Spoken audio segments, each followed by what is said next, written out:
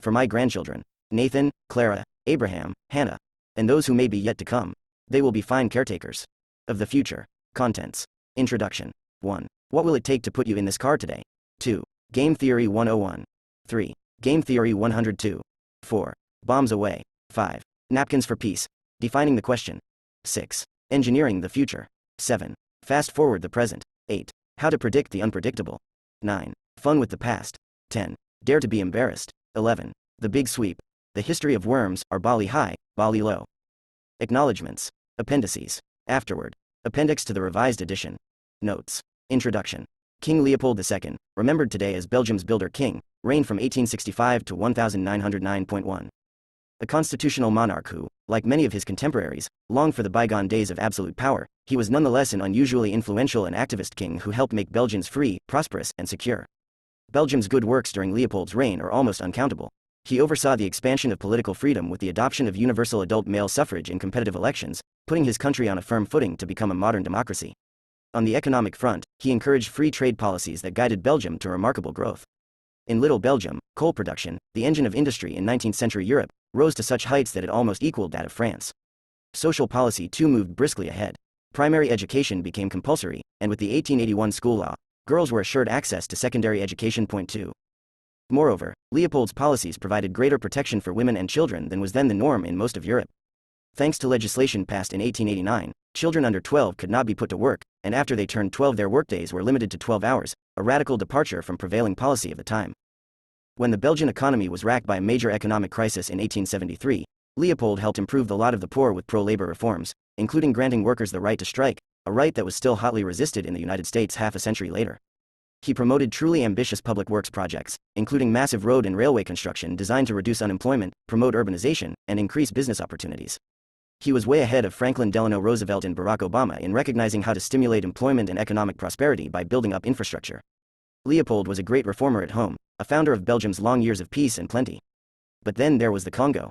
Though he never set foot in Africa, Leopold also ruled over the Congo Free State for nearly a quarter of a century, 1885 to 1908. He built his personal wealth in the Congo first by extracting high-priced ivory from the region and then by exploiting the even more lucrative rubber trade that developed there. Unlike in Belgium, there was no chef de cabinet, roughly, prime minister, and no voters among the Congo's approximately 30 million people to limit what he could do. Because it was his personal property, Leopold was free to exert the absolute rule he could not have at home. His police, the Force Publique, became the key to governing the Congo. Their job was to extract wealth for him, and for themselves, by ensuring the vast exportation of rubber to meet world demand. This band of butchers was led by a small number of Europeans who kidnapped and enslaved Congolese as soldiers who were in turn responsible for making sure that rubber quotas were met. Slave labor was the Force Publique's preferred mode of production, so its soldiers set about enslaving Congolese men, women, and children. Leopold's police received low salaries but could earn big commissions by meeting or exceeding their rubber quotas. Unrestricted by any law governing their conduct except, literally, the law of the jungle, and provided with a huge financial incentive through the commission system, these soldiers of sorrow, from the very bottom of the ladder to the very top, used whatever means they saw fit to meet the quotas. The incentives included not only riches for those who succeeded but the severest punishment for those who failed, including beatings and even death. To avoid this fate the police tortured, maimed, and often murdered those below them who threatened, or could be claimed to have threatened, rubber production. Rewarded for killing people allegedly engaged in anti-government activities and needing to account for every bullet they spent, soldiers quickly took to indiscriminate mutilation of innocent souls as a way to boost their counts and thereby their fees, going so far as to chop off the right hands of women and children to provide evidence of their work on behalf of Leopold's interests. Perhaps as many as 10 million people were murdered at the hands of the Force Publique in their pursuit of wealth for Leopold and, of course, for themselves. 3. In contrast to Leopold's progressive policies in Belgium, virtually nothing was invested in improving conditions in the Congo. Roads were built only where they helped move rubber to market. Laws protecting women and children or workers' right to strike were unheard of. Much as Leopold worried about protecting the security of his Belgian subjects, he worked to undermine the security of his Congolese subjects. Just about the only items exported to the Congo were weapons for the Force Publique, while vast riches flowed back to Europe. Indeed, it was this extraordinary imbalance in trade that eventually led to the revelation in Belgium that Leopold was growing rich through slavery and much worse. In 1908, the evidence of atrocities reached such a level that they could no longer be denied, and Leopold, with great reluctance, surrendered his control over the Congo to the Belgian government. The ministers certainly did not rule it well, but compared to Leopold, they were a significant improvement. How could King Leopold II have ruled two places at the same time in such dramatically different manners? It's easy to blame Leopold's apparent split personality, a progressive in Belgium and a monster in the Congo, on some character flaw or on a diseased mind. It's also easy to explain away his horrible rule in the Congo as typical racist behavior. These explanations feel good, but they almost certainly cannot describe the big picture. After all, just think about Mobutu Sese Seko, the Congo's latter-day Leopold, the monster in a leopard skin hat who ruled Zaire, largely what used to be the Congo Free State and is today the Democratic Republic of Congo, for more than 30 years, 1965 to 97. During that time he bankrupted his country, stole billions of dollars for himself, and murdered hundreds of thousands of Congolese. Surely we cannot blame Mobutu's murderous rule on racism. Was he crazy? Probably not, and besides, what are the odds that so many allegedly crazy people would rise to and then successfully cling to power for decades despite their awful rule? Leopold and Mobutu are far from unusual cases. Even today, the United Nations reports that people caught up in Sierra Leone's Diamond War have had their hands and feet cut off. Similar policies of mutilation, torture, and murder are reported in Zimbabwe and occurred in the genocide in Rwanda. And then we should not forget the Holocaust or, more recently, Cambodia's Pol Pot, who ordered the murder of millions of Cambodians for such crimes as wearing eyeglasses, proof that they were educated and therefore probably a threat to the regime. Such monstrous rulers are not a thing of the past. Murder and misery have been mainstays of long-lasting leaders throughout history, a fact that remains as true today as 100 or 1,000 years ago. Point 4. It's nice to think that leaders who provide peace and plenty rule for long, happy years, beloved by the people and content to do good for them day and night. But in fact, those who want to run a country for a long time are ill-advised to go around promoting peace and prosperity. Not that making people well off is inherently bad for leaders, it isn't. It's just that promoting corruption and misery is better. That was well understood by Leopold and Mobutu in the Congo, and is clearly understood today by the governments in places like North Korea, Zimbabwe, Turkmenistan, Chad, Syria. Sadly, the list goes on. It so happens that leaders who are really good at giving their people life, liberty, and happiness are, overwhelmingly, democratically elected and therefore face organized political competition. It also so happens that they are routinely thrown out after only a short time in office. It's true that Leopold ruled Belgium for 44 years, but he was a constitutional monarch who had to work within the constraints of the democratic system that governed Belgium if he was to remain in power. Yet in looking at modern democratic governments, we see that doing right by the people is no guarantee of political longevity. During Golda Meir's period as prime minister, Israel enjoyed a 9% average annual growth rate. She held office for just 4 years. Japan's Eisaku Sato presided over a 9.8% growth rate, surviving as prime minister for less than 8 years. Perhaps most famously, in 1945, after 5 years in office and less than 2 months after Germany's surrender in World War II, Winston Churchill was tossed out as Prime Minister of Great Britain and replaced by Clement Attlee, despite having, allowing for slight exaggeration, saved the United Kingdom itself. Why, in contrast, do those leaders who make their subjects' lives miserable typically die in their sleep or live out their retirement years lounging on a luxurious beach after being in office 20, 30, or 40 or more years? It's my claim, and it may seem controversial, that kleptocratic leaders are not inherently evil, at least not necessarily so, and that those who do a great job for their people in hopes of re-election are hardly fit for sainthood. They're all doing the right things if they want to stay in power as long as possible. Leopold, despicable as he was, did what worked best for him in the politically unconstrained environment of the Congo, and he did what worked best for him in the constitutionally limiting environment of Belgium. The difference between doing a good job and doing a lousy job is driven by how many people a leader has to keep happy. Why doesn't every leader allow cronies to loot and steal the way the Force Publique did? Large-scale democratic leaders can't. They have to reward too many people to make theft and corruption work for them. In other words, the system does not effectively incentivize that strategy.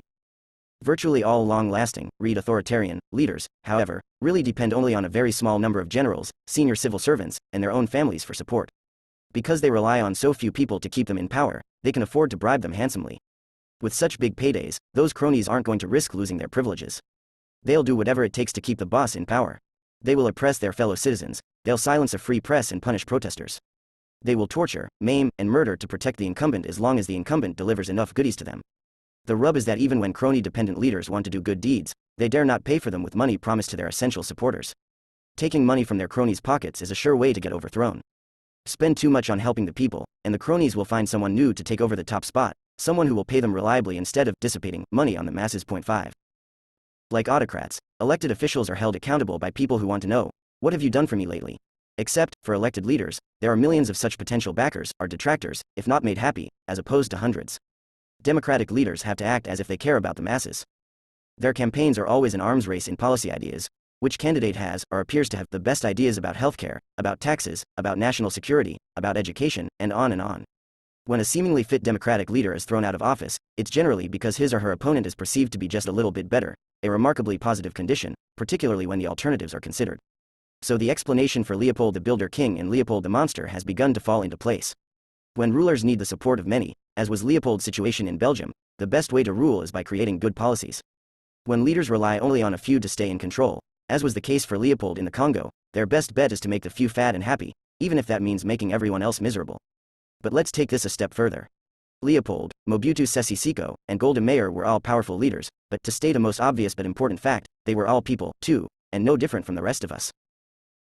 Whether in government or business, we all want to keep our jobs, we all seek advantage in the accumulation of wealth or influence, and we all evaluate our self-interest, often ahead of such lofty ideas as the national interest or notions of corporate well-being. With this in mind, if we were to turn back the clock, could we not have made some educated predictions that Leopold, the very same man, would behave differently as the head of the Belgian and Congolese states?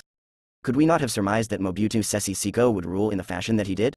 Or that Churchill would lose power when the attention of the British people turned to post-war reconstruction and domestic matters? Or, in a completely different setting, could we see how a corporate partnership structure might encourage its members to overlook fraud? And wouldn't knowing these things ahead of time be of some potential value? I believe the answer to all of those questions is yes, which brings me to the very purpose of my work and to the principal claim of this book, that it is possible for us to anticipate actions, to predict the future, and, by looking for ways to change incentives, to engineer the future across a stunning range of considerations that involve human decision-making. That's not to say it's easy, or that it's a mere matter of anecdote and reflection. There's hard science, theory, and some mind-bending arithmetic that come into play, but it is possible, and given what we've seen when humans in power run amok, whether in chateaus or boardrooms, it's preferable to letting the chips fall where they may or to saving our better ideas, regrets, and outrage for when they usually appear, that is, when they're too late. Who am I that you should care what I think about these big questions? And why in the world should you take me seriously as a predictioneer? It so happens I've been predicting future events for 3 decades, often in print before the fact, and mostly getting them right. Don't get me wrong, I'm no soothsayer and I have no patience for crystal ball gazers, astrologers, or even most pundits. In my world, science, not mumbo-jumbo, is the way to anticipate people's choices and their consequences for altering the future. I use game theory, we'll talk later about what that means, to do just that for the US government, big corporations, and sometimes ordinary folks too. In fact, I have made hundreds, even thousands of predictions, a great many of them in print, ready to be scrutinized by any naysayer. There is nothing uncanny about my ability to predict. Anyone can learn to use scientific reasoning to do what I do, and I'm going to show you a bit of how to do it right here. But first, let me fill you in a little bit about how I got into the prediction business. I'm a political science professor at New York University, where I also run the Alexander Hamilton Center for Political Economy. The center and all of my courses try to teach students how to solve problems with logic and evidence. The idea is to wean them from knee-jerk conclusions based on gut feel, personal opinions, simple linear reasoning, partisan preferences, or ideology.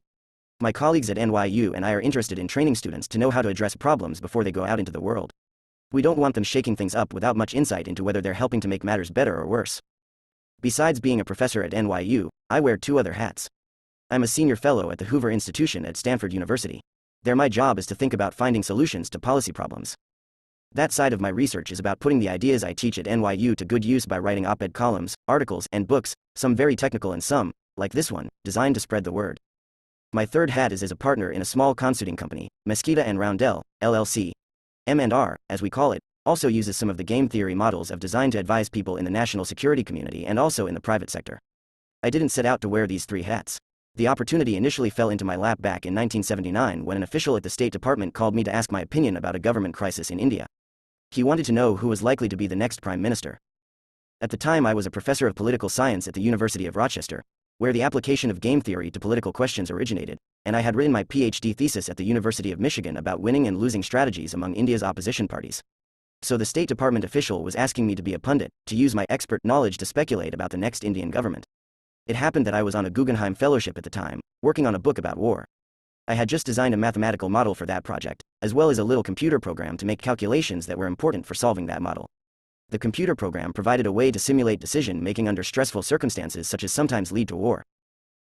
It looked at the choices people could make and calculated the probability that they would get what they wanted if they chose one course of action, say, negotiations, or another, like war, weighting the probabilities by an estimate of how much the decision-makers valued winning, losing, or intermediate compromise outcomes.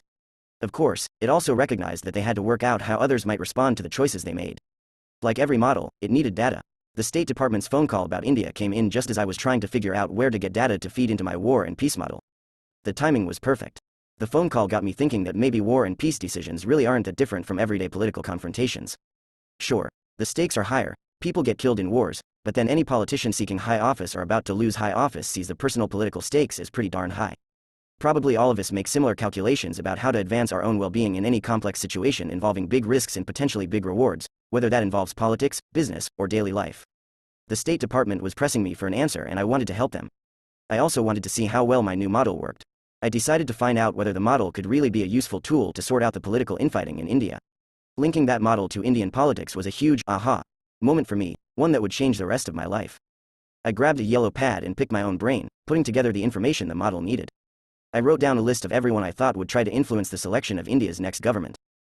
For each of those people, political party leaders, members of India's parliament, and some members of critical state governments, I also wrote down my estimate of how much clout each had, what their preference was between the various plausible candidates for prime minister, and how much they cared about trying to shape that choice. With just one page of my yellow pad filled with numbers, I had all the information the computer program needed to predict what would happen. I plugged those data into my little program and crunched the numbers overnight. When the computing was done the next morning, computers were slow in those days, I pored over the 100 or so pages of calculated values to see what the model's predictions looked like. I thought I had personal insight into what was going to happen in India.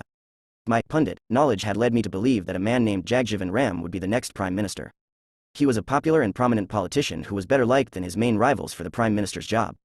I was confident that he was untouchable, truly unbeatable, in the political arena, and not just in the sense of his caste status. He had paid his political dues and it seemed like his time had come. Many other India watchers thought the same thing. Imagine my surprise, then, when my computer program, written by me and fed only with my data, predicted an entirely different result. It predicted that Charan Singh would become prime minister and that he would include someone named Y.B. Chavan in his cabinet, and that they would gain support, albeit briefly, from Indira Gandhi, then the recently ousted prime minister. The model also predicted that the new Indian government would be incapable of governing and so would soon fall. I found myself forced to choose between personal opinion and my commitment to logic and evidence as the basis for coming to conclusions about politics. I believed in the logic behind my model and I believed in the correctness of the data I had jotted down. After staring at the output, working out how my own program came to a conclusion so different from my personal judgment, I chose science over punditry. In fact, I told colleagues at Rochester what the model's prediction was even before I reported back to the State Department. When I spoke with the official at State, he was taken aback. He noted that no one else was suggesting this result and that it seemed strange at best. He asked me how I had come to this judgment. When I told him I'd used a computer program based on a model of decision-making that I was designing, he just laughed and urged me not to repeat that to anyone.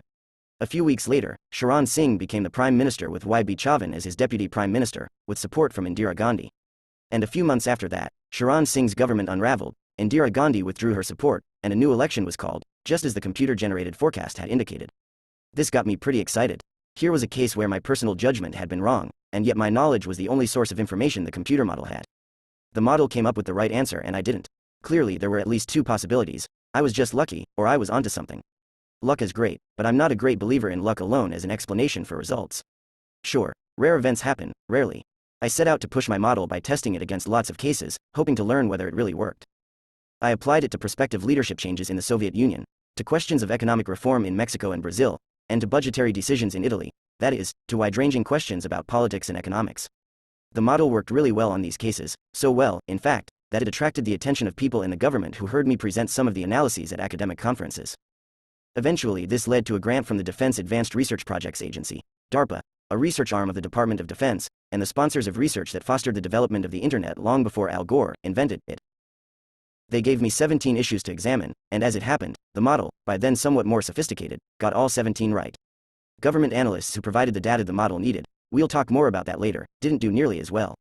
Confident that I was onto something useful, I started a small consulting company with a couple of colleagues who had their own ideas about how to predict big political events. Now, many years later, I operate a small consulting firm with my partner and former client, Harry Roundell. Harry, formerly a managing director at JP Morgan, and I apply a much more sophisticated version of my 1979 model to interesting business and government problems. We'll see lots of examples in the pages to come. It's easy to see if predictions are right or wrong when they are precise, and almost impossible to judge them when they are cloaked in hazy language. In my experience, government and private businesses want firm answers. They get plenty of wishy-washy predictions from their staff. They're looking for more than, on the one hand this, but on the other hand that, and I give it to them. Sometimes that leads to embarrassment, but that's the point. If people are to pay attention to predictions, they need real evidence as to the odds that the predictions are right. Being reluctant to put predictions out in public is the first sign that the prognosticator doesn't have confidence in what he's doing. According to a declassified CIA assessment, the predictions for which I've been responsible have a 90% accuracy rate. 0.6. This is not a reflection of any great wisdom or insight on my part. I have little enough of both, and believe me, there are plenty of Ivy Garlanded professors and NewsHour intellectuals who would agree. What I do have is the lesson I learned in my aha moment: politics is predictable. All that is needed is a tool, like my model, that takes basic information, evaluates it by assuming everyone does what they think is best for them, and produces reliable assessments of what they will do and why they will do it. Successful prediction does not rely on any special personal qualities. You don't need to walk around conjuring the future, plucking predictions out of thin air. There's no need for sheep entrails, tea leaves, or special powers. The key to good prediction is getting the logic right, or righter, than any way that is achieved by other means of prediction. Accurate prediction relies on science, not artistry, and certainly not sleight of hand. It is a reflection of the power of logic and evidence, and testimony to the progress being made in demystifying the world of human thought and decision. There are lots of powerful tools for making predictions. Applied game theory, my chosen method, is right for some problems but not all. Statistical forecasting is a terrific way to address questions that don't involve big breaks from past patterns. Election prognosticators, whether at universities, polling services, or blogs on the web, like Nate Silver, the son of an old family friend, all estimate the influence of variables on past outcomes and project the weight of that influence onto current circumstances. Online election markets work well too. They work just the way jelly bean contests work. Ask lots of people how many jelly beans there are in a jar, and just about no one will be close to being right, but the average of their predictions is often very close to the true number. These methods have terrific records of accuracy when applied to appropriate problems. Statistical methods are certainly not limited to just studying and predicting elections. They help us understand harder questions too, such as what leads to international crises or what influences international commerce and investments. Behavioral economics is another prominent tool grounded in the scientific method to derive insights from sophisticated statistical and experimental tests. Stephen Levitt, one of the authors of Freakonomics, has introduced millions of readers to behavioral economics, giving them insights into important and captivatingly interesting phenomena. Game theory models, with their focus on strategic behavior, are best for predicting the business and national security issues I get asked about. I say this having done loads of statistical studies on questions of war and peace, nation building, and much more, as well as historical and contemporary case studies. Not every method is right for every problem, but for predicting the future the way I do, game theory is the way to go, and I'll try to convince you of that not only by highlighting the track record of my method, but also by daring to be embarrassed later in this book when I make predictions about big future events. Prediction with game theory requires learning how to think strategically about other people's problems the way you think about your own, and it means empathizing with how others think about the same problems. A fast laptop and the right software help, but any problem whose outcome depends on many people and involves real or imagined negotiations is susceptible to accurate forecasting drawn from basic methods. In fact, not only can we learn to look ahead at what is likely to happen, but, and this is far more useful than mere prediction in the visions of seers past and present, we can learn to engineer the future to produce happier outcomes. Sadly, our government, business, and civic leaders rarely take advantage of this possibility. Instead, they rely on wishful thinking and yearn for wisdom, instead of seeking help from cutting-edge science. In place of analytic tools, they count on the ever-present seat of their pants. We live in a world in which billions, even trillions, of dollars are spent on preparations for war. Yet we spend hardly a penny on improving decision-making to determine when or whether our weapons should be used, let alone how we can negotiate successfully. The result? We get bogged down in far-off places with little understanding of why we are there or how to advance our goals, and even less foresight into the roadblocks that will lie in our way. That is no way to run a 21st century government when science can help us do so much better. Business leaders do no better than their political peers. They spend fortunes doing financial analyses of their expected gains and losses from this or that deal, but they spend virtually nothing analyzing how their counterparts on the other side of the table think about their own gains and losses. The result? Companies have a good idea how much a business is worth to them before they try to buy it, but they don't know how much they need to pay for it. In my experience, they often pay far too much, or, to look at the other side of the coin, they sell for much less than the buyer was prepared to pay. Too bad for their shareholders. How can anyone make prudent choices without first thinking through how others will see those choices and react to them? Yet that is how most big decisions are made, blind to anyone else's point of view. Plowing ahead without much thought to what motivates our rivals, whether in business or in government, is a surefire way to make a mess of things, leaving us to muddle through at best, our hopes pinned to short-sighted decisions. Decision-making is the last frontier in which science has been locked out of government and business. We live in a high-tech age with archaic guesswork guiding life and death decisions. The time for peering into tea leaves or reading astrological charts should be long over. We should leave entertaining divinations to storefront psychics and open the door to science as the new basis for the big decisions of our time. Curious about how this can be done? The chapters to follow explain how precise predictions can be made. We will see, through illustrative examples from the worlds of national security and business and everyday life, that the problems of war and peace, mergers and acquisitions, litigation, legislation, and regulation, and just about anything else that does not rely on the hidden hand of market forces, can be reliably predicted. We will see ways to use science, mathematics, and, in particular, the power of game theory to sort out behavior and improve the future. I hope to share with you this cutting-edge world of thought, whose potential, to many, may seem to verge on the mystical. But there is no mystery or mysticism in good prediction. To demonstrate this for you, I will suggest, in Chapter 1, how a modest amount of strategic reasoning can help you save hundreds and maybe thousands of dollars the next time you buy a car. 1. What will it take to put you in this car today? Game theory is a fancy label for a pretty simple idea, that people do what they believe is in their best interest. That means they pay attention to how others might react if they choose to do one thing or another. Those others are anyone believed to be a prospective supporter or opponent. Looking at how their interests intersect or collide is basic to assessing potential outcomes of decision-making. To get a good grip on what people are likely to do requires first approximating what they believe about the situation and what they want to get out of it. By estimating carefully people's wants and beliefs, anyone can make a reliable forecast of what each and every one of them will do. And if you can predict what will happen, then you can also predict what will happen if you alter what people believe about a situation. This is, in short, how we can use the same logic both for prediction and for engineering the future. I'll provide a more detailed examination of game theory in the next 2 chapters, but first, as promised, let me illustrate what I'm talking about with the example of how best to buy a new car. A new car purchase is a costly bargaining experience for most of us because most of us are bad at it. A little strategic reasoning can go a long way to improve the experience. If you follow the ideas here, you will not only have a happier time buying a car, you'll also pay a lot less money. New cars are mostly bought in one of 2 ways. Most of us go to a dealership, test drive a vehicle, maybe fall in love with it, and engage in a most unpleasant negotiation over the price. A smaller number of us hate that experience enough that we buy cars through the internet. This usually means getting price bids from a few local dealers and then going to one of them to get the car. That's slightly better, but there's yet a better way to buy cars that I urge you to try. What's wrong with the most popular means of car shopping? Pretty much everything. To start with, you, the buyer, invest your time, and probably the time of some family members as well, at a car dealership. The salesperson knows that few people enjoy dealing with them. They know that they rate near the bottom of anybody's scale of occupational trustworthiness. The Jobs Rated Almanac weights occupations by numerous factors and reports that auto sales ranks 220th out of 250 occupations. 1. Apparently it's worse to be a taxi driver, cowboy, or roustabout, but not by much. But there you are subjecting yourself to the salesperson's pitch, standing before a car dealer in his or her place of business, feeling compelled to haggle over the price, probably to your embarrassment and certainly to your disadvantage. The whole time you're talking to the dealer you're revealing information that sets you up to pay too much. Being there is what game theorists call a costly signal. It's a costly signal because your expenditure of time and energy announces that you want to buy, that there's a good chance you'll buy from the dealership you're visiting rather than go elsewhere, and, especially if you have kids with you, that you want to get out of there as quickly as possible. That first step, then, you're simply being there, translates into strengthening the salesperson's hand in getting a good price.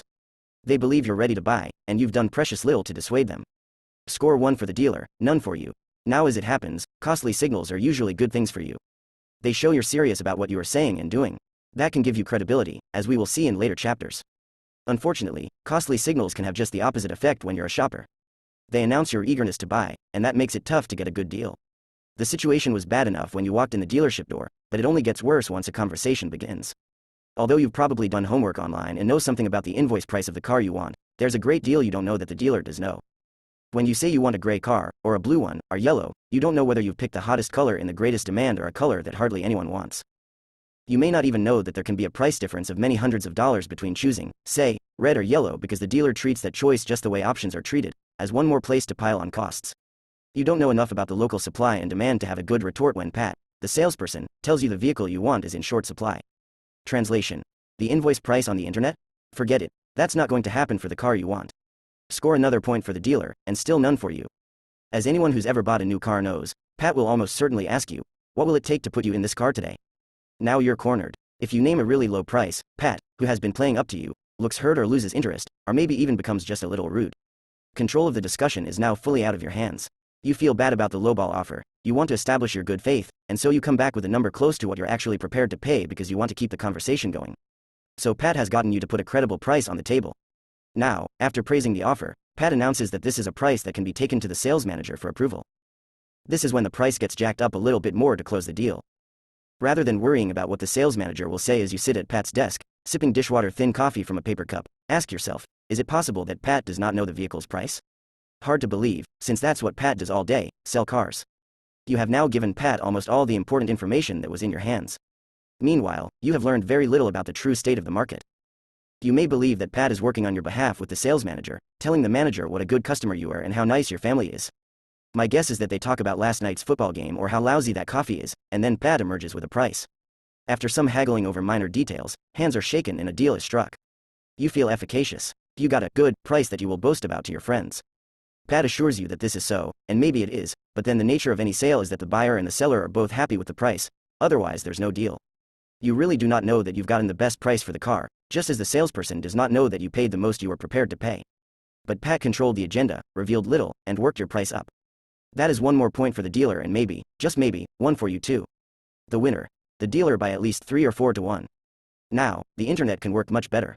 There is lots of useful information to be had, including information that car dealers don't want buyers to know. It's a great source for finding out a car's invoice price, for example, and internet car purchase services generally guarantee that you'll be contacted by 2 or 3 dealers who at least know that you've already done some online comparison shopping. Still, making a deal requires going to a dealership. Once you are in the dealership, everything that happens in the first way of buying cars is now going to happen again, except that Pat already knows you're interested at the price quoted online. Maybe Pat says the exact car you asked about isn't available. Sure, it could be special ordered, but that will take a long time. Maybe Pat offers you a seemingly good deal on a different car and the information gained on the internet fades in importance. How about a similar car with a few extras? Maybe a sunroof, a super duper sound system, special trim, whatever, that you really don't want. At least that car is on the dealer's lot, if only for just a little bit more money. Or maybe you close the deal on the car you asked about at the price quoted online. Well, you're probably closer to the lowest price the dealer will take, but in all likelihood you are not there. After all, they don't quote a price to you that they expect you to bid up from, they anticipate you're going to look for ways to cut their price. It must have some give left in it. So, how else can you buy a car? Here's what I recommend so that information flows to you and very little information flows the other way. So that beliefs change in your favor and not in favor of the seller. So that prospective sellers are compelled by self-interest to reveal their lowest price, their reservation price, as economists call it, and you are not. It is always advantageous to control the agenda in a negotiation. In the car buying context, that means constructing the conversation so that the seller puts her best price on the table knowing that it will not be accepted right now no matter how good it is. To achieve this, the seller needs to be told the game you are playing, including that you're serious about buying a car. The game goes like this. Do your homework and decide exactly what car you want to buy. You may go to dealerships for this purpose. I do not, it's too easy to get sucked in, or you may search online to find the car that best fits your needs. Decide what you value. Is it safety over performance? Style over comfort? Is the color important enough that you'll pay a premium for one rather than another? Know what options you want and how the options are bundled, sports package, safety package, sound system, etc. When you know what car you want, including the options, the color, the model, everything, then and only then let your fingers do the walking. Find every dealer that sells the car brand you want within a radius of maybe 20 to 50 miles of your home. For most of us, urban dwellers that we are, that will be a goodly number of dealerships. Telephone each dealership in the radius you picked. Don't worry about having to bring the car to a distant dealer for servicing. The manufacturer provides the warranty, not the dealer. Ask to be connected to a salesperson and tell the person precisely what you are doing. Here is my typical spiel. Hello, my name is Bruce Bueno de Mesquita. I plan to buy the following car. List the exact model and features. Today at 5 p.m. I am calling all of the dealerships within a 50-mile radius of my home and I am telling each of them what I am telling you. I will come in and buy the car today at 5 p.m. from the dealer who gives me the lowest price. I need to have the all-in price, including taxes, dealer prep. I ask them not to prep the car and not charge me for it, since dealer prep is little more than giving you a washed car with plastic covers and paper floor mats removed, usually for hundreds of dollars, everything, because I will make out the check to your dealership before I come and will not have another check with me. If you are making your first call, be sure to tell the salesperson that you will tell the next dealer the price you've been quoted. After the first call, make sure the future salespeople know that you will be repeating whatever is the lowest price offered to you so far. That way, future dealers know what price they must beat, and the dealer you are currently talking to knows that if he wants to have a shot at selling you a car, he had better quote his lowest price. Pat's hands are really tied. Trying to eke out a higher price just means a worse chance of selling you a car. That advantage hardly ever arises when you go to a dealer and give Pat complete control. Instead, you have set up an auction in which everyone knows that they have one chance to make the best bid. Dealers don't like getting these phone calls. Their typical first response is, "Sir, you cannot buy a car over the phone." My reply, "Well, I have purchased many cars this way, so maybe I can't buy a car from you over the phone, but I know I can from others. So if you do not want to sell a car to me, that is fine." That is the end of the conversation with a few dealers, but not many. The common follow-up is a line salespeople like to use on the showroom floor when you tell them you are shopping around. "Sir, if I quote a price to you, the next dealer will quote $50 less and you'll buy it from him." Pat has reverted to the standard approach and is now trying to regain control by making me feel I should be willing to pay an extra $50, as if I owe at least that to good old Pat. My response, "That's right. I'll buy it from the other dealer. So, Pat, if you can quote me that $50 less, this is your opportunity to do so." Then they often say, "Believe me, come in, we have the best prices in town." The reply, "Good, then you should be happy to quote the price to me now because you are confident it is the best price. The only reason not to tell me the price on the phone is because you think it will be beaten." If the conversation has continued, and it does with a substantial portion of dealerships, Pat will quote a price.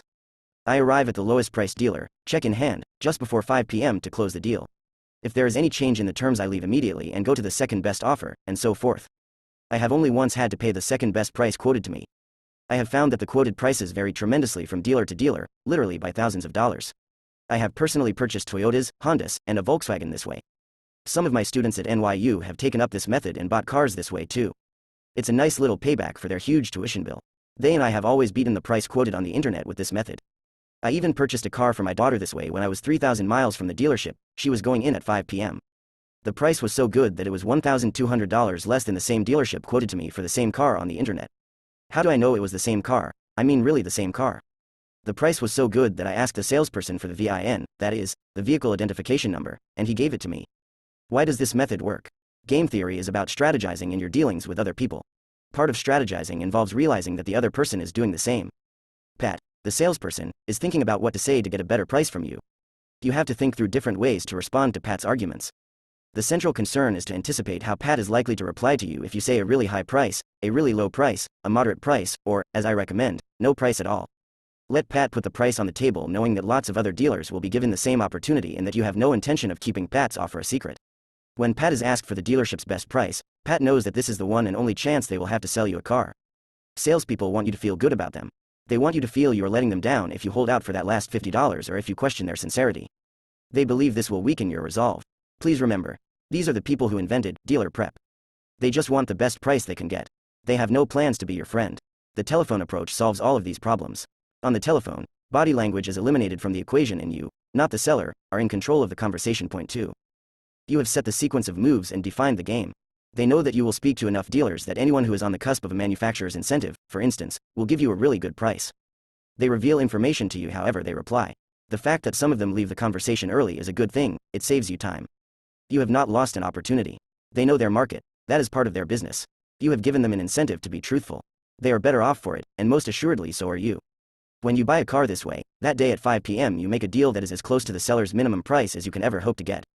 You are in charge of the negotiation and entitled to feel really good about the deal you struck. You may be surprised to learn that buying cars and negotiating international crises are not all that different. In fact, I'll show you how we go from buying a car to negotiating the North Korean nuclear threat. But before we do that, it's time to dissect game theory a bit to reveal the principles that allow us to anticipate and shape the future. 2. Game Theory 101. When people talk about science, subjects like chemistry and physics leap to mind. Political science certainly does not. But science is a method, not a subject. It is a method that relies on logical arguments and experimental evidence to figure out how the world of things, and of people, works. The scientific method certainly applies to politics just as it does to physics. Still, physics and politics are quite obviously entirely different subjects. One of the ways they differ is crucial for understanding everything that is to come. You see, the world of physics is pretty much about how particles interact. Now, the central feature of particle interactions is that photons, electrons, neutrons, or their constituent quarks never anticipate crashing into one another. Consequently, there is no strategizing behind the collision of particles. Studying people is ever so much more complicated than studying inanimate particles. Just think how different interactions are between quarks and quakers, electrons and electors, protons and protesters. People, and in fact just about every living thing, seem to have a survival instinct. Genes act as if they want to get passed on, bacteria find hosts, cockroaches flee my shoe, and ordinary people look out for what they think is good for them and try to avoid what they think is bad for them. That includes cooperating with friends and fighting with foes. Like the physicist's particles, people interact, but unlike the physicist's particles, people interact strategically. That is what game theory thinking is all about. To be a successful prognosticator, it is critical to think about how other people think about their problems. It is just as important to think about how other people think about how you think about your problems and theirs. The previous, tedious sentence, by the way, could be repeated ad infinitum to reflect on the information that gets ferreted out when thinking strategically. This and the next chapter, and the science of predictioneering, are about solving the problem of working out what others think, what they think you think, what you think they think, what you think they think you think. This is the kind of information that physicists rightly don't give a moment's thought to when studying the particles that capture their interest, but it is the foundation from which we can see when and how to turn situations to our own advantage. Where we are headed. In Game Theory 101 we'll consider how to look at the world through the eyes of others. For starters, we'll need to set aside, at least for argument's sake, our natural optimism about human nature. Game theory urges us to take a cold, hard look at what it means to be a calculating, rational decision maker. Sure, there are some genuinely nice, altruistic people in the world, but that doesn't mean they aren't carefully calculating their actions. In fact, we'll see that even as nice and altruistic a person as Mother Teresa can be scrutinized through the not-so-warm and fuzzy eyes of a game theorist. Doing so will help us understand how paths as different as hers and a suicide bomber's can be equally rational and strategically sensible. It will also help us realize that even some of the most unquestioned received wisdom, such as the existence of something called the national interest, may be just a strategic fiction created by politicians for their own advantage instead of ours. Depressing? Yes. Accurate? You bet. This chapter will provide us with a framework for the game theorist's notions of interests, beliefs, and rationality, a sense of how to use logic to cut through the fog of language, and an understanding of strategic behavior that, in conjunction with the previous two concepts, leads to an ability to better map and anticipate the thinking and actions of others. What are the other guys? Interests and beliefs? Game theory comes in two primary flavors. Cooperative game theory was invented by John von Neumann and Oscar Morgenstern. Point 1. Their 1947 book on the subject drew a clear and compelling analogy between problems people, our nations, face in parlor games like charades or the name in the hat game, a favorite in my family. These sorts of games deal with players who engage each other, trying to anticipate moves and countermoves, but only in a setting where what they say they will do is the same as what they actually do. That's why it's called cooperative game theory. A promise made is a promise kept. Because of this, one big limitation with cooperative game theory, especially in games that involve more than two players, is that it has far too optimistic a view of human nature. In this universe, people make deals and keep them. They can be bought off, sure, but once they say they'll do something, they do it. That means cooperative game theory works fine for zero-sum games where what one side loses equals what the other side wins, but not all that many interesting problems in the world are that cut and dried. When they are not, this original variety of game theory is not nearly as good for my purposes as what has replaced it. By the early 1950s, the mathematician John Nash, the subject of A Beautiful Mind and the winner of the 1994 Nobel Prize in Economics, invented a different kind of game theory. Point 2. He drew attention to the propensity people have not to cooperate with one another. Poker players and diplomats use polite terms, like bluffing, for what ordinary people mean when they say someone is a liar. In non-cooperative games, promises do not necessarily mean anything. Lies are a part of strategizing. Promises are kept when a player decides it's in her interest to do what she promised. When promises and interests differ, people renege, they break their word, they cheat, they do whatever they think will benefit them most. Of course, they know that bluffing and cheating can be costly. Therefore, they take prospective costs as well as benefits into account. In fact, raising costs is one way, albeit a difficult and painful way, of encouraging people to be truthful. Indeed, that is exactly the purpose behind meeting and then raising someone's bet in poker or calling car dealers instead of going in to see them. The view of people as cold, ruthless, and self-interested is at the heart of game theory thinking. There may be room for nice guys, but not much. Most of the time, nice guys really do finish last. Those who will throw themselves on a hand grenade to save their fellows, well, they do so and then, tragically, they are dead. They are out of the game of life. We remember them, we honor them, we extol them, but we just don't compete with them, because they are not here to compete with us. Such good souls need not occupy much of our time. Or, if they do, we applied game theorists take a cynical view and look for how suicide might benefit them. There might be virgins in heaven, or, as with kamikaze pilots in World War II, crusaders in the Middle Ages, and some suicide bombers today, there might be significant financial incentives such as cash payments and debt forgiveness to their families in exchange for their sacrifice. Some may find this materialistic explanation of personal sacrifice offensive. The trouble is, it's a lot costlier to believe mistakenly in other people's goodwill than it is to be a cynic and assume they're looking out for themselves, until and unless their actions say otherwise. It is hard to get burned in personal dealings if you remember Ronald Reagan's dictum, trust but verify. For those who are offended by this tough view of human nature, I urge you to consider some facts. The United States operates the Concerned Local Citizens Program in Iraq. Following the alphabet soup tradition so beloved by the Pentagon, the Iraqis participating in this program are known as CLCs. CLCs help guard neighborhoods against insurgents. They are paid $10 a day for their service. It doesn't seem as if there is anything crass or overly materialistic about that. But then we should pause to ask, who are these CLCs and what, exactly, are we buying for $10 a day? These concerned Iraqis are not your ordinary neighborhood watch group. They are not the folks next door who give school kids a safe place to go when their parents are at work. They are not the friends who have your house key, water your plants, take in your mail, and feed your cat while you're on vacation. No, they're former anti-American insurgents, tens of thousands of them. Some of them, in fact, used to belong to Al-Qaeda. It would seem that they were among the most fanatic of fanatics, the worst of the worst. And yet for a measly $10 a day these supposedly unshakable Al-Qaeda terrorists now act like allies of the United States, serving as our very own paramilitaries, helping to keep violence down in mostly Sunni neighborhoods, defending the peace that they used to shatter for a living. How can this be? How can terrorists be so easily converted into our friends and protectors? As it happens, being an ex-insurgent employed as a CLC is a very good job by Iraqi standards. At $10 a day, CLCs can earn a few $1,000s a year from the United States, plus, of course, whatever extra they make on the side. The average Iraqi, despite that country's huge oil wealth, earns only about $6 a day, almost half what a CLC gets. 3. Those who think that terrorists are irrational religious zealots who do not respond to monetary and personal incentives should remember that a daily dose of just $10 is enough to get such folks to become quasi-friends of the United States of America. Of course, there is as much room for saints as for sinners in game theory. There's no problem accommodating the few Mother Teresas of our world. Since game theory is about choosing actions given expected costs and benefits, it does encourage us to ask, perhaps obnoxiously, what benefits Mother Teresa might have expected in return for her life of sacrifice and good works. We cannot help but notice that she did not serve the poor as quietly as most nuns do, living out their lives in anonymous obscurity. The very publicness of Mother Teresa's deeds reassures us of her rationality and her potential to help poor people on a large scale. Whether we call on the Catholic understanding of a saintly life or the Talmudic view of a charitable life, we encounter a problem on Mother Teresa's behalf. In doing her good works, she might have had to worry, as Saint Bernard of Clairvaux, 1090–1153, did, that in obeying God's commandments as faithfully as possible she could be committing the deadly sin of pride.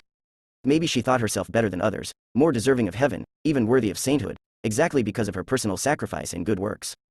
That, as we will see, does not seem to have been a major source of worry for her. From the Talmudic perspective as expressed by Moses Maimonides, 1135–1204, she would have had at least as big a problem. Maimonides, or Rambam as he was known in his day, concluded that charity given anonymously to anonymous recipients in order to help them become self-sufficient is the best kind. Mother Teresa's giving did not rise to this standard, and she made sure it didn't. She did not give anonymously, she knew to whom she was giving, and she did not strive particularly to make the beneficiaries of her kindness self-sufficient. In fact, she went out of her way to make herself and her acts recognizable. For instance, Mother Teresa carefully promoted herself, creating brand name recognition, just like Cheerios, Coke, Xerox, or Vaseline, by always wearing the special habit of the order she founded, a white sari with blue trim and sandals, so that she could not be easily confused with just any nice old lady. Of course, anonymous giving could still be prideful, but for sure it could not lead to a Nobel Peace Prize in this world or to beatification and canonization in the next. Could it be that Mother Teresa's ambition for herself was tied to her faith in an eternal reward? It makes sense to pay the price of sacrifice for the short, finite time of a lifespan if the consequence is a reward that goes on for infinity in heaven. In fact, isn't that exactly the explanation many of us give for the actions of suicide bombers, dying in their own prideful eyes as martyrs who will be rewarded for all eternity in heaven? Or maybe, in Mother Teresa's case, the rational, calculating motivation behind her deeds was more complex. We know now that she questioned her religious faith and the existence of God. 4. Her doubts apparently began shortly after she started to minister to the poor and sick in Calcutta. By then maybe she felt locked into the religious life she chose for herself. Doubting God and ill-prepared for a life outside the church, perhaps she found a perfect strategy for gaining the acclaim in life that she feared might not exist after death. Was she looking for an eternal reward, or for reward in the here and now? Only she could really know. We applied game theorists are content to observe that she acted as if being rewarded was her motivation. That is, she was not cold and materialistic, she was warm and materialistic. That is enough to make her a fine subject for analysis as a rational, strategic player in the game of life, and maybe enough to earn her sainthood as well. Game theory draws our attention to important principles that shape what people say and do. First of all, just like Mother Teresa or a suicide bomber, all people are taken to be rational. That just means we assume they do what they believe is in their own best interest, whether that's making as much money as they can or gaining entry to heaven or anything else. They may find out later that they made a poor choice, but in game theory thinking we worry about what people know, believe, and value at the time they choose their actions, not what they find out later when it's too late to do something else. Game theory has no place for Monday morning quarterbacks. It's all about what to do when decisions must be made, even if we cannot know for sure what the consequences of our actions will be. This notion of rational action seems to trouble some people. Usually that's because they mean something different from what an economist or political scientist means when talking about rationality. Words can have many meanings, so we must be careful to define ideas carefully. As it happens, game theorists insist on a particular use of the word rational. Some folks seem to think that rational people must be super smart, never making a mistake, looking over each and every possible thing that could happen to them, working out the exact costs and benefits of every conceivable course of action. That is nonsense. Nobody is that smart or diligent, nor should they be.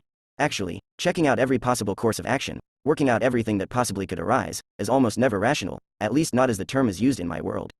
It is never rational to continue searching for more information, for example, when the cost of finding out more is greater than the expected benefits of knowing more.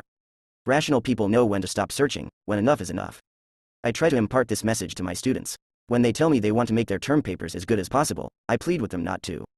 A paper that is worked on until it is as good as possible will never be finished. Another way that people talk about rationality that has nothing to do with what rational choice theorists have in mind is to discuss whether what someone wants is rational or not.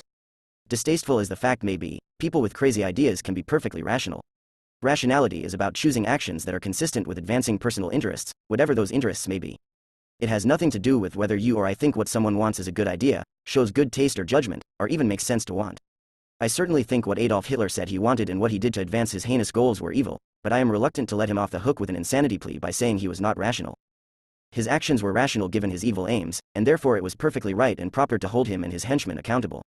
The same holds for modern-day terrorists. They're not nuts. They are desperate, calculating, disgruntled people who are looking for ways to force others to pay attention to their real or perceived woes. Dismissing them as irrational misses the point and leads us to make wrong-headed choices about how to handle their threat. We do ourselves no service by labeling people as insane or irrational simply because we can't understand their goals. Our attention is better fixed on what they do, since we probably can change or impede their actions even when we can't alter what they want. What exactly does rationality require? Actually, it's a simple idea. To be rational, a person must be able to state a preference among choices, including having no preference at all, that is, being truly indifferent. Also, their preferences must not go in circles. For instance, if I like chocolate ice cream better than vanilla, who doesn't, and vanilla better than strawberry, then I also presumably like chocolate ice cream better than strawberry. Finally, rational people act in accordance with their preferences, taking into account the impediments to doing so. For instance, one ice cream parlor might be sold out of chocolate more often than another. I might be willing to risk having to settle for vanilla if the place that runs out also has much better tasting chocolate. Taking calculated risks is part of being rational. I just need to think about the size of the risk, the value of the reward that comes with success, and the cost that comes with failure, and compare those to the risks, costs, and benefits of doing things differently. Since rational people take calculated risks, sometimes things turn out badly for them. Nobody gets everything they want. I sometimes end up drinking soda I don't like or eating vanilla or strawberry ice cream despite my best efforts to obtain what I prefer. That's what it means to take risks. We absolutely cannot conclude that someone was irrational or acted irrationally just because at the end of the day they got a rotten outcome, whether that means being stuck with strawberry ice cream, losing a war, or even worse. Rational choices reflect not only thinking through risks but also trying to sort out costs and benefits. Costs and benefits can be tricky to work out. I could be unsure of what those costs or benefits are likely to be. That too can be an important impediment or constraint on my rational decisions. Sometimes we have to make decisions even though we are in the dark about the consequences. Fortunately, that doesn't happen much with buying ice cream or soda, but it sure happens a lot when negotiating a big business deal or forging a new foreign policy. In those cases, we had better be careful to weigh the sources of our uncertainty carefully, and not plunge headlong into some dangerous endeavor with no more than rose-colored glasses to guide our way. We may not get the consequence we want, but we can be careful to manage the range of consequences that are likely to arise. Just imagine how different the debacle in Iraq might have been, for example, had American leaders not thought that the Iraqi people would be dancing in the streets, kissing American soldiers after Saddam was overthrown the way Parisians did when Americans marched into Paris behind Charles de Gaulle on August 26, 1944. The question remains, however, as to when someone is actually irrational. In everyday usage, lots of behavior looks irrational even though on closer inspection it turns out not to be.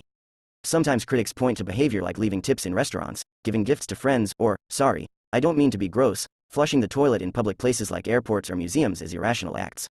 They argue that all of the benefit goes to someone else, not to the tipper, gift giver, or flusher. I say, not true. Many rational acts impose short-term costs on the doer with the expectation of longer-term gains. That's true of tipping, gift giving, flushing public toilets, not littering, and lots more. Sure, you might leave a tip even though you don't expect to be in the particular restaurant again. Tipping, however, like gift giving, is a social norm that has arisen and taken hold because we have learned that its effects on the expectations of others, waiters, dinner party hosts, are important to making our own lives a little happier and easier. If waiters thought they weren't going to get a tip and yet continued to be paid poorly, then it's a good bet that service would be much worse in every restaurant. Studies show, for instance, that customer satisfaction with service does not help predict the restaurants people choose in southern China. 5. Tipping is illegal in China, which is not to say that it never happens, but it isn't expected. It is good to keep in mind that people act on expectations.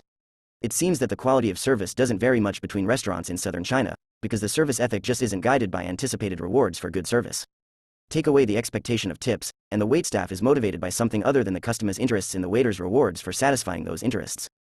Tipping, gift giving, and, yes, flushing the toilet create good expectations that make each of us better off most of the time even if they cost a little at the moment.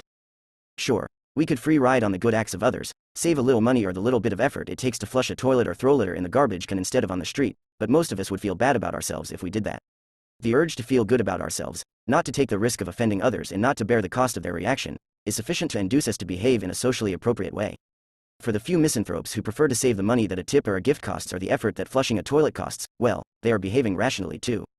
They aren't concerned about feeling like lowlifes. They value the savings from their poor behavior more than goodwill or long-term good results.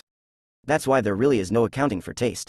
Rationality is, as I said, about doing what you believe is in your own interest. It doesn't impose interests on us. So what does constitute irrationality in an applied game theorist's world? A person is irrational if, returning to the example of ice cream flavors, all of the following are true. She likes strawberry ice cream better than chocolate. Strawberry ice cream costs no more than chocolate ice cream. Strawberry ice cream is readily available for purchase, and still she goes and buys chocolate ice cream for herself.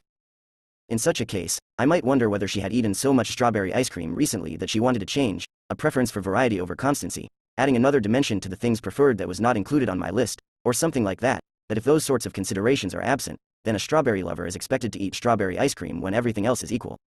All of this is to say that, really, the only people who are ruled out by assuming rationality are very little children and perhaps schizophrenics. Little children, most especially 2-year-olds, and schizophrenics sometimes act as if their preferences change every few seconds. One minute they want strawberry and the next it's the worst thing in the world. That sort of flip-flopping in individual preferences is hazardous for those who want to predict or engineer people's choices. Reasoning with people who flip-flop all the time is all but impossible. They're not committed to being logically consistent in what they say, want, or do. Nature may not abhor a vacuum, but game theory definitely abhors logical inconsistency. If you allow the possibility that what an individual really wants changes all the time, moment to moment, then you can claim that anything they do and anything they get fits in with, or contradicts, their interests. That certainly won't lead to good predictions or good engineering, and besides, it just isn't any fun. It takes all of the challenge out of working out what people are likely to do. What is the other guy's logic? Not his language. On account of the above, it may have become readily apparent to you that game theory alerts us to be careful in how we express and understand our interests and those of others. It's easy to make logical mistakes, and they can be hard to spot, which can often disguise or obscure the meaning of the thinking and actions of individuals. That is why game theorists use mathematics to work out what people are likely to do. Ordinary everyday language can be awfully vague and ambiguous. A friend of mine is a linguist. One of his favorite sentences goes like this: I saw the man with a telescope. Now that is one vague sentence. Did I look through a telescope and spot a man, or did I look over at a man who was carrying a telescope, or does the sentence mean something entirely different? You can see why linguists like this sentence. It gives them an interesting problem to work out. I don't like sentences like that. I like sentences written with mathematics, and so do many linguists. They don't produce poetic beauty or double entendres, which makes them boring, but it also gives them a great virtue. In English, saying things are equal often means more or less. In math, equal means just that, equal, not almost equal or usually equal, but plain simple equal. We humans have devised all sorts of clever ways to cover up sloppy or slippery arguments. As I am fond of telling my students, my suspicions are aroused by sentences beginning with clauses like, it stands to reason that, or, it is a fact that. Usually, what follows the statement, it stands to reason that, does not. The clause is being asked to substitute for the hard work of showing that a conclusion follows logically from the assumptions. Likewise, it is a fact that generally precedes an expression of opinion rather than a fact. Watch out for these. This sort of rhetoric can easily take a person down a wrong line of thinking by accepting as true something that might be true and then again might not be. Consider, for example, what policies you think our national leaders should follow to protect and enhance our national interest. When we think carefully about how to further the national interest, it becomes evident that sometimes things that seem obviously true are not, and that a little logic can go a long way to clarify our understanding. It is commonplace to think that foreign policy should advance the national interest. This idea is so widespread that we accept it as an obvious truth, but is it? We hardly ever pause to ask how we know what is in the national interest. Most of the time, we seem to mean that policies benefiting the great majority of people are policies in the national interest. Secure borders to prevent foreign invasions or illegal immigration are thought to be in the national interest. Economic policies that make citizens more prosperous are thought to be in the national interest. Yet we also know that money spent on defending our national security is money that is not spent on building the economy.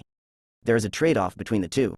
What, then, is the right balance between national security and economic security that ensures the national interest? Imagine that American citizens are divided into 3 equally sized groups. One group wants to spend more on national defense and to adopt more free trade programs. Call these people Republicans. Another wants to cut defense spending and shift trade policy away from the status quo in order to better protect American industry against foreign competition. Call them Democrats. A third wants to spend more on national defense and also to greatly increase tariffs to keep our markets from being flooded with cheap foreign-made goods. Call this faction blue-collar independence. With all of these voters in mind, what defense and trade policy can rightfully call itself the national interest? The answer, as seen in Figure 2.1 on the next page, is that any policy can legitimately lay claim to being in, or against, the national interest. Figure 2.1 places each of our 3 voting blocks, Republicans, Democrats, and blue-collar independents, at the policy outcomes they prefer when it comes to trade and defense spending. That's why Republicans are found in the upper right-hand corner as you look at the figure, indicating their support for much freer trade and much higher defense spending. Democrats are on the far left-hand side just below the vertical center. That is consistent with their wanting much less spent on defense and a modest shift in trade policy. Blue-collar independents are found on the bottom right, consistent with their preference for trade protection and higher defense outlays. And, as you can see, there is a point labeled status quo, which denotes current defense spending and trade policy. Fig. 2.1. Defense and trade policy in the national interest. By putting the 2 issues together in the figure, I am acknowledging that they are often linked in public debate. The debate generally revolves around how best to balance trade and defense given that there are inherent trade-offs between them. Free trade, for instance, can imply selling high-end computer technology, weapons technology, and other technologies that adversaries might use to threaten our national security. High tariffs might provoke trade wars or worse, thereby potentially harming national security and prompting arguments to spend more on national defense.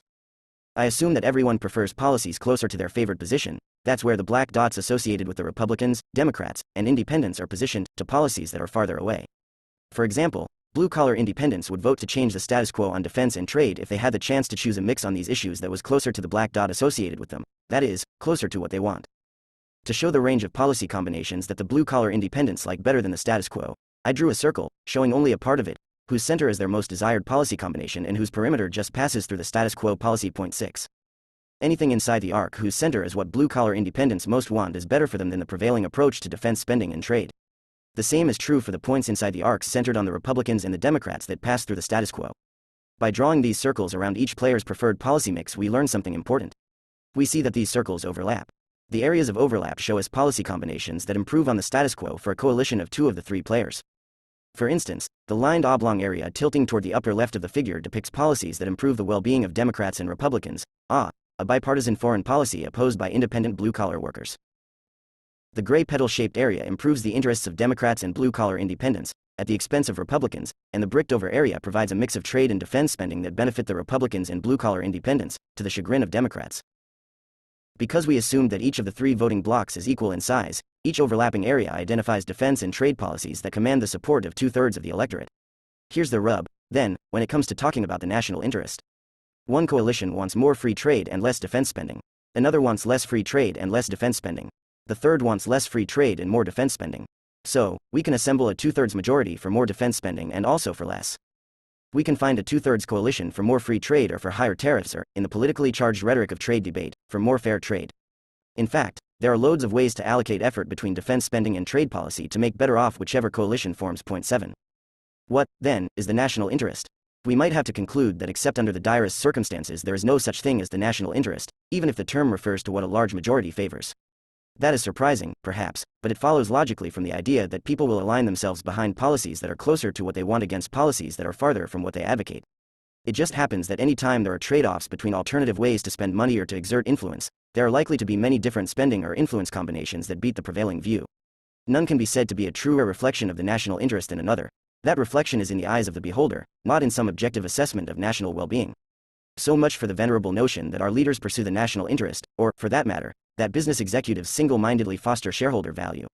I suppose, Freed is there to build a coalition that wants whatever it is they also want, that our leaders really are free to pursue their own interests and to call that the national interest or the corporate interest. What is the other guy's behavior? Does he have good cards or not? To understand how interests frame so many of the questions we have at stake, game theory still requires that people behave in a logically consistent way within those interests. That does not mean that people cannot behave in surprising ways, for surely they can. If you've ever played the game Mastermind, you've confronted the difficulties of logic directly. In Mastermind, a game I've used with students to teach them about really probing their beliefs, one player sets up 4, or, in harder versions, more, colored pegs selected from among 6 colors in whatever order he or she chooses. The rest of the players cannot see the pegs. They propose color sequences of pegs and are told that yes, they got 3 colors right, or no, they didn't get any right, or yes, they got 1 color in the right position but none of the others. In this way, information accumulates from round to round. By keeping careful track of the information about what is true and what is false, you gradually eliminate hypotheses and converge on a correct view of what order the colored pegs are in. This is the point behind a game like Mastermind, Battleship, or Charades. It is also one point behind the forecasting games I designed and used to predict and engineer events. The key to any of these games is sorting out the difference between knowledge and beliefs. Different players in any game are likely to start out with different beliefs because they don't have enough information to know the true lay of the land. It is fine to sustain beliefs that could be consistent with what's observed, but it's not sensible to hold on to beliefs after they have been refuted by what is happening around us. Of course, sorting out when beliefs and actions are inconsistent requires working out the incentives people have to lie, mislead, bluff, and cheat. In Mastermind, this is easy to do because the game has rules that stipulate the order of guessing and that require the person who placed the pegs to respond honestly to proposed color sequences suggested by other players. There is no point to the game if the person placing the pegs lies to everyone else. But even when everyone tells the truth, it is easy to slip into serious lapses in logic that can lead to entirely wrong beliefs. That is something to be careful about. Slipping into wrong beliefs is a problem for many of us. It is easy to look at facts selectively and to reach wrong conclusions. That is a major problem, for instance, with the alleged police practice of profiling, or some people's judgment about the guilt or innocence of others based on thin evidence that is wrongly assessed. There are very good reasons why the police and we ordinary folk ought not to be too hasty in jumping to conclusions. Let me give an example to help flesh out how easily we can slip into poor logical thinking. Baseball is beset by a scandal over performance-enhancing drugs. Suppose you know that the odds someone will test positive for steroids are 90% if they actually use steroids. Does that mean when someone tests positive we can be very confident that they used steroids? Journalists seem to think so. Congress seems to think so. But it just isn't so. To formulate a policy, we need an answer to the question, how likely is it that someone used steroids if they test positive? It is not enough to know how likely they are to test positive if they use steroids. Unfortunately, we cannot easily know the answer to the question we really care about. We can know whether someone tested positive, but that could be a terrible basis for deciding whether the person cheated. A logically consistent use of probabilities, working out the real risks, can help make that clear. Imagine that out of every 100 baseball players, only 10 cheat by taking steroids, game theory notwithstanding. I am an optimist, and that the tests are accurate enough that 9 out of every 10 cheaters test positive. To evaluate the likelihood of guilt or innocence, we still need to know how many honest players test positive. That is, how often the tests give us a false positive answer. Tests are, after all, far from perfect. Just imagine that while 90 out of every 100 players do not cheat, 10% of the honest players nevertheless test falsely positive. Looking at these numbers, it's easy to think, well, hardly anyone gets a false positive, only 10% of the innocent, and almost every guilty party gets a true positive, 90% of the guilty, so knowing whether a person tested positive must make us very confident of their guilt. Wrong. 8 with the numbers just laid out. 9 out of 10 cheaters test positive and 9 out of 90 innocent ball players also test positive. So, 9 out of 18 of the positive test results include cheaters and 9 out of 18 include absolutely innocent baseball players. In this example, the odds that a player testing positive actually uses steroids are 50-50, just the flip of a coin. That is hardly enough to ruin a person's career and reputation. Who would want to convict so many innocents just to get the guilty few? It is best to take seriously the dictum innocent until proven guilty. The calculation we just did is an example of Bayes' theorem. Point 9. It provides a logically sound way to avoid inconsistencies between what we thought was true. A positive test means a player uses steroids, and new information that comes our way, half of all players testing positive do not use steroids. Bayes' theorem compels us to ask probing questions about what we observe. Instead of asking, what are the odds that a baseball player uses performance-enhancing drugs? We ask, what are the odds that a baseball player uses performance-enhancing drugs given that we know he tested positive for such drugs and we know the odds of testing positive under different conditions? Bayes' theorem provides a way to calculate how people digest new information. It assumes that everyone uses such information to check whether what they believe is consistent with their new knowledge. It highlights how our beliefs change, how they are updated, in game theory jargon, in response to new information that reinforces or contradicts what we thought was true. In that way, the theorem, and the game theorists who rely on it, view beliefs as malleable rather than as unalterable biases lurking in a person's head. This idea of updating beliefs leads us to the next challenge. Suppose a baseball player who had a positive, guilty, test result is called to testify before Congress in the steroid scandal. Now suppose he knows of the odds sketched above. Aware of these statistics, and knowing that any self-respecting congressperson is also aware of them, the baseball player knows that Congress, if citing only a positive test result as their evidence, in fact has little on him, no matter how much outrage they muster. The player, in other words, knows Congress is bluffing. But of course Congress knows this as well, so they have subpoenaed the player's trainer, who is coming in to testify right after the player. Is this just another bluff by Congress, tightening the screws to elicit a confession with the threat of perjury looming? Whether the player is guilty or not, perhaps he shrugs off the move, in effect calling Congress's raising of the stakes. Now what? Does Congress actually have anything, or will they be embarrassed for going on a fishing expedition and dragging an apparently innocent man through the mud? Will the player adamantly profess innocence knowing he's guilty, but maybe he really isn't, and should we shrug off the declarations of innocence lightly, as it seems so many of us do? Is Congress bluffing? Is the player bluffing? Is everyone bluffing? These are tough problems, and they are right up game theory's alley. In real life there are plenty of incentives for others, and for us, to lie. That is certainly true for athletes, corporate executives, national leaders, poker players, and all the rest of us. Therefore, to predict the future we have to reflect on when people are likely to lie and when they are most likely to tell the truth. In engineering the future, our task is to find the right incentives so that people tell the truth, or so that, when it helps our cause, they believe our lies. One way of eliciting honest responses is to make repeated lying really costly. Bluffing at poker, for instance, can be costly exactly because other players sometimes don't believe big bets, and don't fold as a result. If their hand is better, the bluff comes straight out of the liar's pocket. So the central feature of a game like 5-card draw is not figuring out the probability of drawing an inside straight or 3 of a kind, although that's certainly useful too. It's about convincing others that your hand is stronger than it really is. Part of the key to accumulating bargaining chips, whether in poker or diplomacy, is engineering the future by exploiting leverage that really does not exist. Along with taking prudent risks, creating leverage is one of the most important features in changing outcomes. Of course, that is just a polite way of saying that it's good to know when and how to lie. Betting, whether with chips, stockholders' money, perjury charges, or soldiers, can lead others to wrong inferences that benefit the bettor, but gambling always suffers from 2 limitations. First, it can be expensive to bet more than a hand is worth. Second, everyone has an interest in trying to figure out who is bluffing and who is being honest. Raising the stakes helps flush out the bluffers. The bigger the cumulative bet, the costlier it is to pretend to have the resolve to see a dispute through when the cards really are lousy. How much pain anyone is willing to risk on a bluff, and how similar their wagering is when they are bluffing and when they are really holding good cards, as crucial to the prospects of winning or of being unmasked. That, of course, is why diplomats, lawyers, and poker players need a good poker face, and it is why, for example, you take your broker's advice more seriously if she invests a lot of her own money in a stock she's recommending. Getting the best results comes down to matching actions to beliefs. Gradually, under the right circumstances, exploiting information leads to consistency between what people see, what they think, and what they do, just as it does in Mastermind. Convergence in thinking facilitates deals, bargains, and the resolution of disputes. With that, we've just completed the introductory course in game theory. Nicely done. Now we're ready to go on to the more advanced course. In the next chapter, we look in more depth at how the very fact of our being strategic changes everything going on around us. That will set the stage for working out how we can use strategy to change things to be better for ourselves and those we care about and, if we are altruistic enough, maybe even for almost everyone. 3. Game Theory 102. Game Theory 101 started us off thinking about how different people are from particles. In short, we are strategists. We calculate before we interact. And with 101 under our belts, we know enough to delve more closely into the subtleties of strategizing. Of the many lessons game theory teaches us, one of particular import is that the future, or at least its anticipation, can cause the past, perhaps even more often than the past causes the future. Sound crazy? Ask yourself, do Christmas tree sales cause Christmas? This sort of reverse causality is fundamental to how game theorists work through problems to anticipate outcomes. It is very different from conventional linear thinking. Let me offer an example where failing to recognize how the future shapes the past can lead to really bad consequences. Many believe that arms races cause war. 1. With that conviction in mind, policymakers vigorously pursue arms control agreements to improve the prospects of peace. To be sure, controlling arms means that if there is war, fewer people are killed and less property is destroyed. That is certainly a good thing, but that is not why people advocate arms control. They want to make war less likely, but reducing the amount or lethality of arms just does not do that. The standard account of how arms races cause war involves what game theorists call a hand wave. That is, at some point the analyst waves his hands in the air instead of providing the logical connection from argument to conclusions. The arms race hand wave goes like this. When a country builds up its arms, it makes its adversaries fear that their security is at risk. In response, they build up their own arms to defend themselves. The other side looks at that buildup, seeing their own as purely defensive, and tries to protect itself by developing still more and better weapons.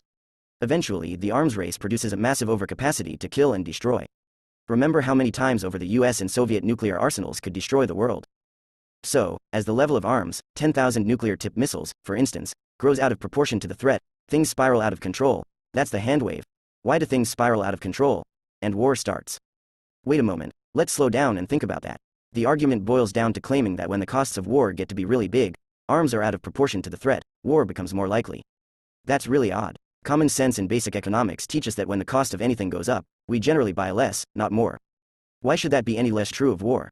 True, just about every war has been preceded by a buildup in weapons, but that is not the relevant observation. It is akin to looking at a baseball player's positive test for steroids as proof that he cheats. What we want to know is how often the acquisition of lots more weapons leads to war, not how often wars are preceded by the purchase of arms. The answer to the question we care about is, not very often. By looking at wars and then asking whether there had been an arms race, we confuse cause and effect. We ignore all the instances in which arms may successfully deter fighting exactly because the anticipated destruction is so high. Big wars are very rare precisely because when we expect high costs we look for ways to compromise. That, for instance, is why the 1962 Cuban Missile Crisis ended peacefully. That is why every major crisis between the United States and the Soviet Union throughout the Cold War ended without the initiation of a hot war. The fear of nuclear annihilation kept it cold. That is why lots of events that could have ignited world wars ended peacefully and are now all but forgotten. So, in war and especially in peace, reverse causality is at work. When policymakers turn to arms control deals, thinking they are promoting peace, they are taking much bigger risks than they seem to realize. Failing to think about reverse causation leads to poor predictions of what is likely to happen, and that can lead to dangerous decisions and even to catastrophic war. We will see many more instances of this kind of reasoning in later chapters. We will examine, for example, why most corporate fraud probably is not sparked by executive greed and why treaties to control greenhouse gas emissions may not be the best way to fight global warming. Each example reinforces the idea that correlation is not causation. They also remind us that the logic of reverse causation, called endogeneity in game theory, means that what we actually observe, such as arms races followed by war, are often biased samples. The fact that decisions can be altered by the expectation of their consequences has lots of implications. In Game Theory 101 we talked about bluffing. Working out when promises or threats should be taken seriously and when they are, in game theory speak, cheap talk, is fundamental to solving complicated situations in business, in politics, and in our daily encounters. Sorting out when promises or threats are sincere and when they are just talk is the problem of determining whether commitments are credible. Let's play games. In predicting and engineering the future, part of getting things right is working out what stands in the way of this or that particular outcome. Even after pots of money are won at cards, or hands are shaken and contracts or treaties are signed, we can't be sure of what will actually get implemented. We always have to ask about commitments. Deals and promises, however sincerely made, can unravel for lots of reasons. Economists have come up with a superbly descriptive label for a problem in enforcing contracts. They ask, is the contract renegotiation proof? 3. This question is at the heart of litigiousness in the United States. I once worked on a lawsuit involving two power companies. One produced excess electricity and sold it to a different electric company in another state. As it happened, the price for electricity shot way up after the contract was signed. The contract called for delivery at an agreed upon lower price. The power seller stopped delivering the promised electricity to the buyer, demanding more money for it. Naturally, the buyer objected, pointing out that the contract did not provide for changing the price just because market conditions changed. That was a risk that the buyer and seller agreed to take when they signed their contract. Still, the seller refused to deliver electricity. The seller was sued and defended itself vigorously so that legal costs racked up on both sides. All the while that bitter accusations flew back and forth, the seller kept offering to make a new deal with the plaintiff. The deal involved renegotiating their contract to make adjustments for extreme changes in market prices. The plaintiff resisted, always pointing, rightly, to the contract. But the plaintiff also really needed the electricity and couldn't get it anywhere else for a better price than the seller, my client, was willing to take, and my client knew that. Eventually, the cost of not providing the necessary electricity to their own clients became so great that the plaintiff caved in and took the deal they were offered. Here was nasty, avaricious human nature hard at work in just the way game theorists think about it. Yes, there was a contract, and its terms were clear enough, but the cost of fighting to enforce the contract became too great. However much the plaintiff declared its intent to fight the case in court, the defendant knew it was bluffing. The plaintiff's need for electricity and the cost of battling the case out in court were greater than the cost of accepting a new deal. And so it was clear that the terms of the contract were not renegotiation proof. The original deal was set aside and a new one was struck. The original deal really was not a firm commitment to sell, or probably, for that matter, to buy electricity at a specified price over a specified time period when the market price moved markedly from the price stipulated in the agreement. Justice gave way, as it so often does in our judicial system, to the relative ability of plaintiffs and defendants to endure pain. Commitment problems come in other varieties. The classic game theory illustration of a commitment problem is seen in the game called The Prisoner's Dilemma, which is played out on almost every cop show on TV every night of the week. The story is that two criminals, I'll call them Chris and Pat, are arrested. Each is held in a separate cell, with no communication between them. The police and the DA do not have enough evidence to convict them of the serious crime they allegedly committed. But they do have enough evidence to convict them of a lesser offense. If Chris and Pat cooperate with each other by remaining silent, they'll be charged and convicted of the lesser crime. If they both confess, they'll each receive a stiff sentence.